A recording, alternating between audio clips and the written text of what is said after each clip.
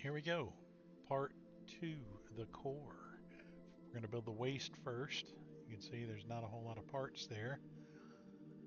So it will take longer than it looks like it will take though. So here we go.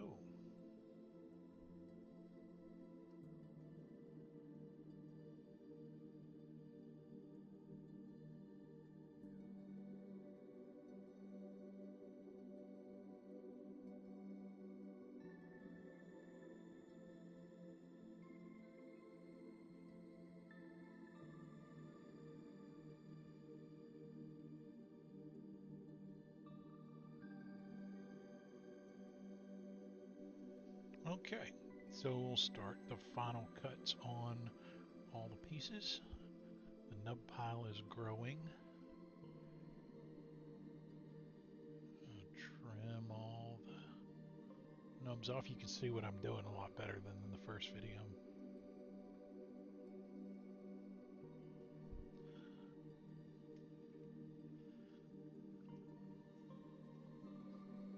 Those are single blade nippers, and they so I have a cutting blade and then what's kind of like an anvil on the other side, so it slices through rather than pinching like the double blades do. Pretty nifty, smooth cuts. So I guess we will speed it up a little bit.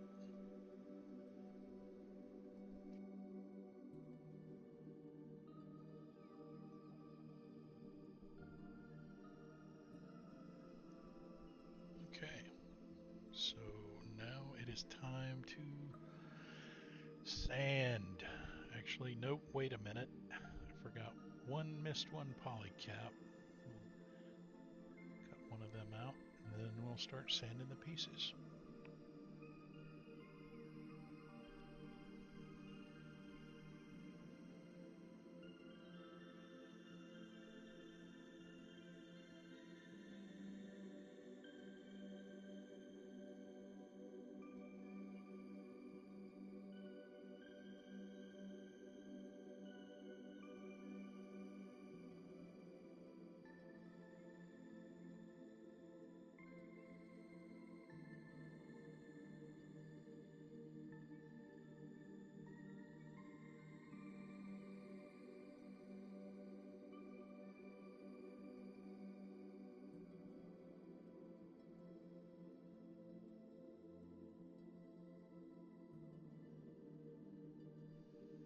When you see me pull the piece to the edge of the frame like that, I'm blowing the dust off, the getting that out of the way so I can see if it's worked, if it's really smoothed out or not.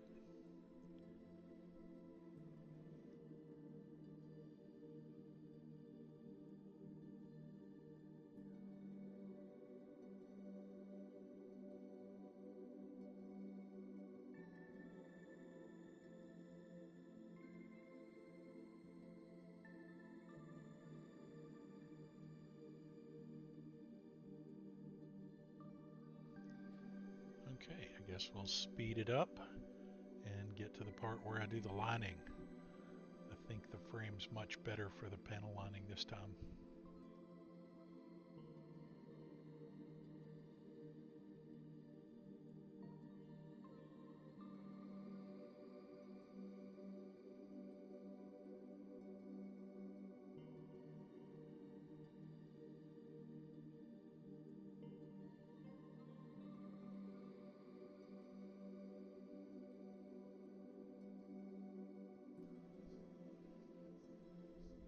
Okay, now that everything's nice and smooth, we will break out our trusty markers and get ready to do the panel lining.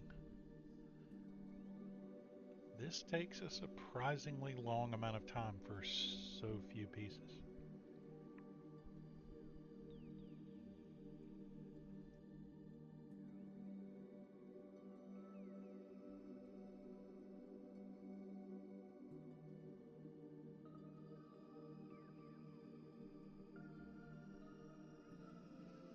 So I'm speeding it up just a little bit because there's a lot of error correction here and it takes a long time to do this kind of lining. But as you can see, what I'm doing is I get in the recesses with the fine marker first, and then I take the side of the Sharpie and hit every single edge, and I just work my way around the piece until I don't see a single edge that isn't highlighted with the Sharpie. And it makes for a really cool look when it's done.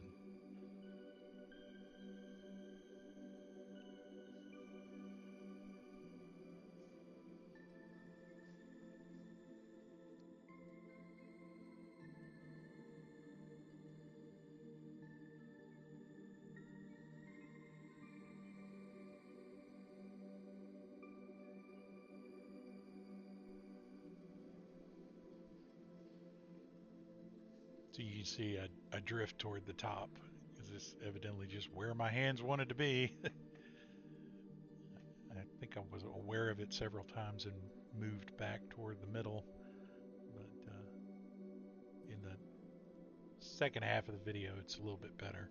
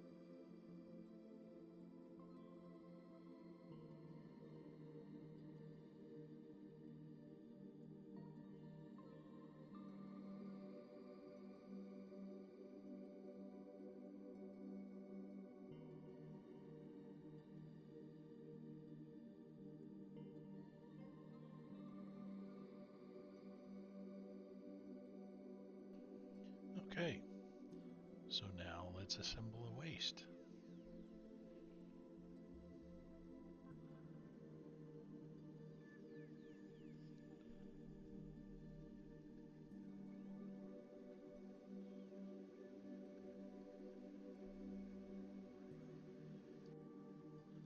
Some of these parts are so tiny my fat fingers struggle. You can see it's like a gorilla trying to play with a toothpick.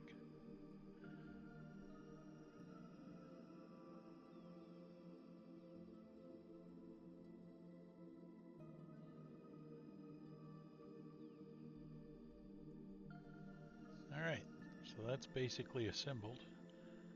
Now we'll put the legs together with the waist, and we'll have the lower half of the body done.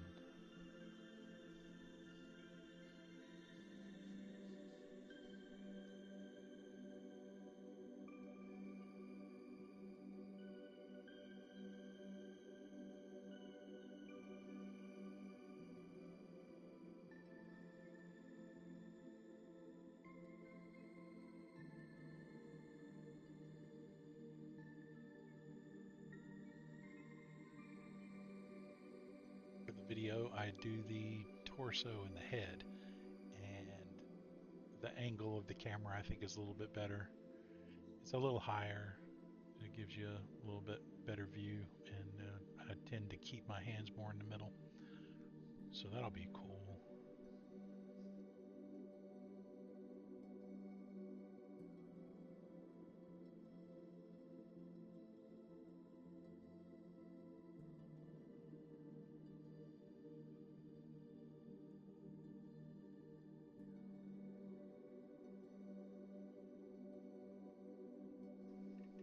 All right.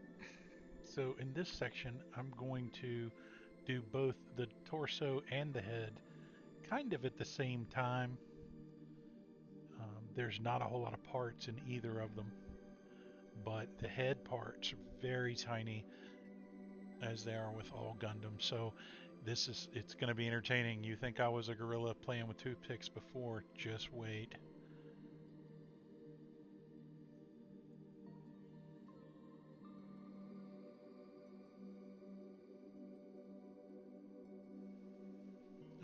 So we'll cut all the pieces out in high-speed mode. I think you know how the nippers work at this point.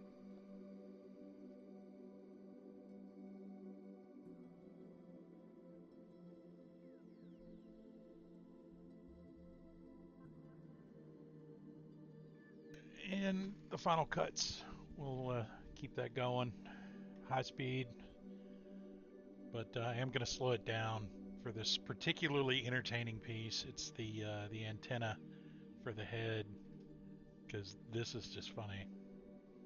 I think I dropped it at least 3 times. So tiny. And I'm trying to get those cuts on the little nubs that are on the underside of the antenna. A lot of people don't do those because you can mess up the antenna when you do it, but I'm very careful because I want to get it as good as I can. Go ahead and start sanding and we'll speed it back up.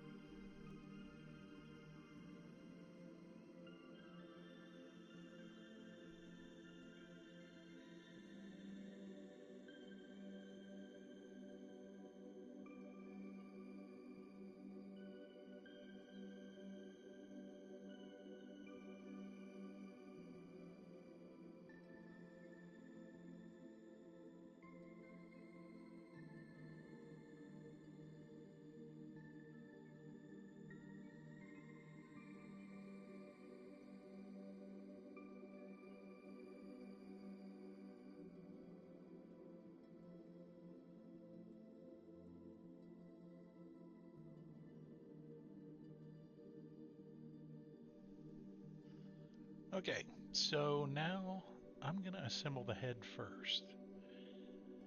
And life has choices. Some of them are painful. So I'm going to share mine with you. I don't like to use eye stickers because they eventually peel off. And they're very easy to do with paint markers and Sharpies. So I'm going to do the red and black of the eyes on the sticker with markers instead. And I'm going to use a red metallic Sharpie and a ultra fine point Sharpie.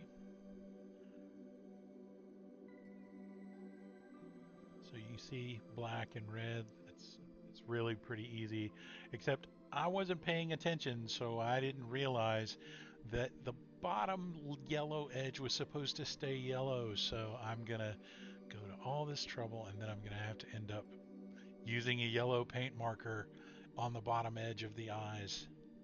But it looks pretty cool in the end. So I'm gonna speed it up so you can see what it looks like when I'm done.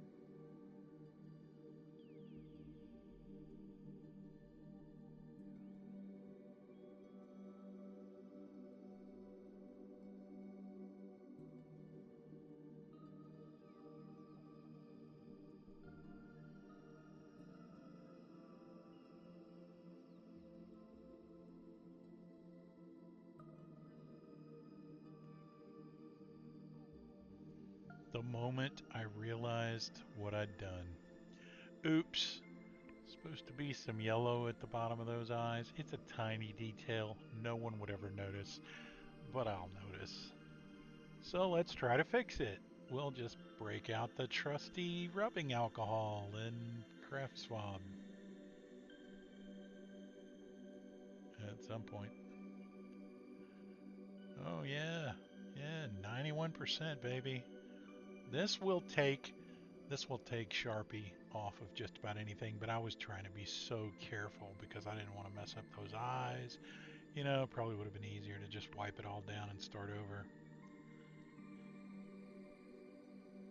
So I fiddled with this for a little while.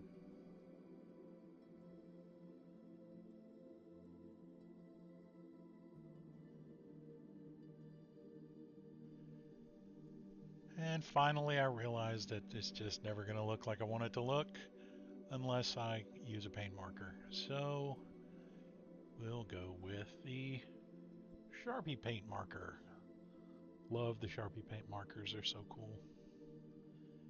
Such a fine tip, and it's a brush tip, so it sort of flexes a little bit, and you can really just edge things, and it's neat. Get a pack of Sharpie brush markers, especially if you clear coat your kits. If you don't, it's pretty fragile and it'll flake off, but if you clear coat it, it won't. So, pro tip. Well, I'm not pro, but you know, tip or something.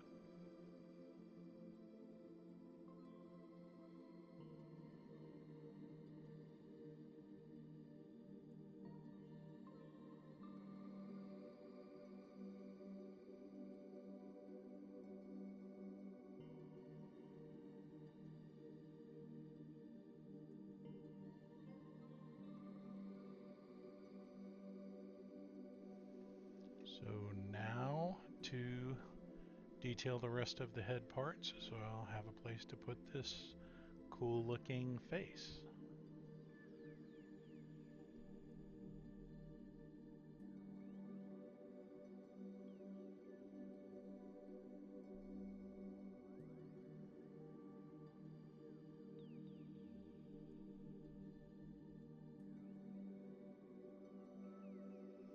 Okay, so I'm gonna slow it down for just a second. Some more cool paint marker stuff. That same red metallic Sharpie from the eyes, I'm going to use them to do the little head cannons. The inside of the cone on the head cannons, just push it into them. That's too fat to go all the way in, but red metallic paint, and then wipe a little bit of it off and put metallic gold around the rim. And of course, I have to come back later and hit it again because I forgot that I would mess it up when I pushed that into the head part.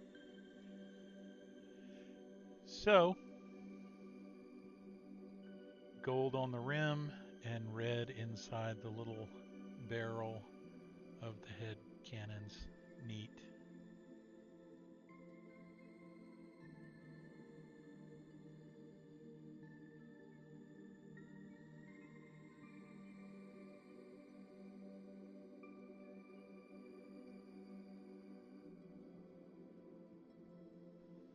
So, head part, and that's the last time you can really see the eyes in all their glory because when you put the antennas on, it covers them up.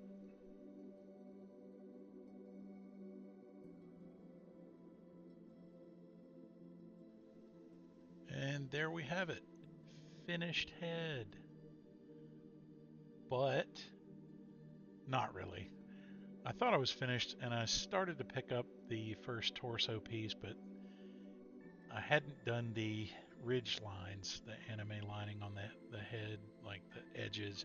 So I thought about it and decided, no, I really need to do the ridges on the head part.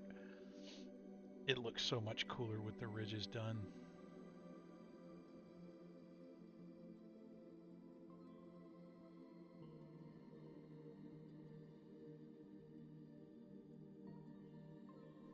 And there we have it.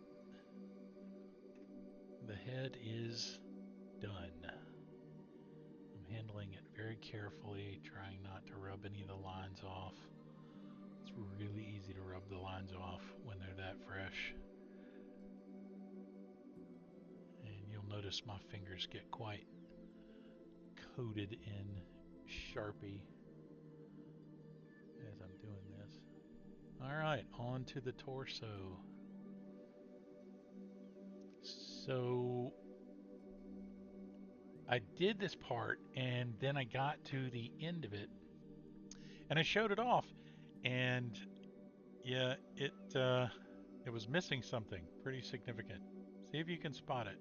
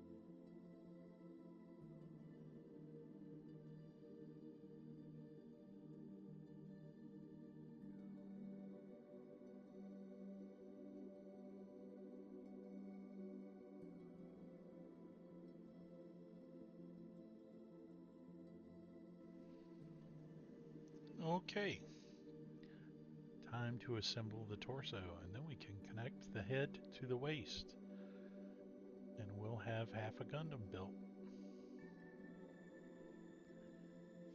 There it is. I spotted it right before I assembled it. I missed the entire left chest ridge there. So, bonus points if you noticed.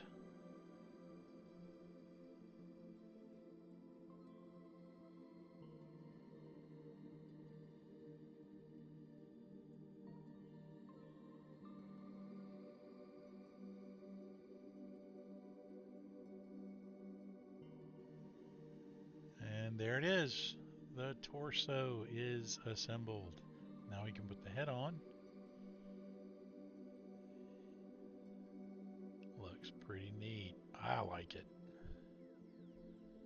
You really see all those little details. We'll connect the upper half of the body to the lower half of the body. And now all that's left is arms and weapons and accessories. And I'll do those in a video tomorrow. I hope you enjoyed it.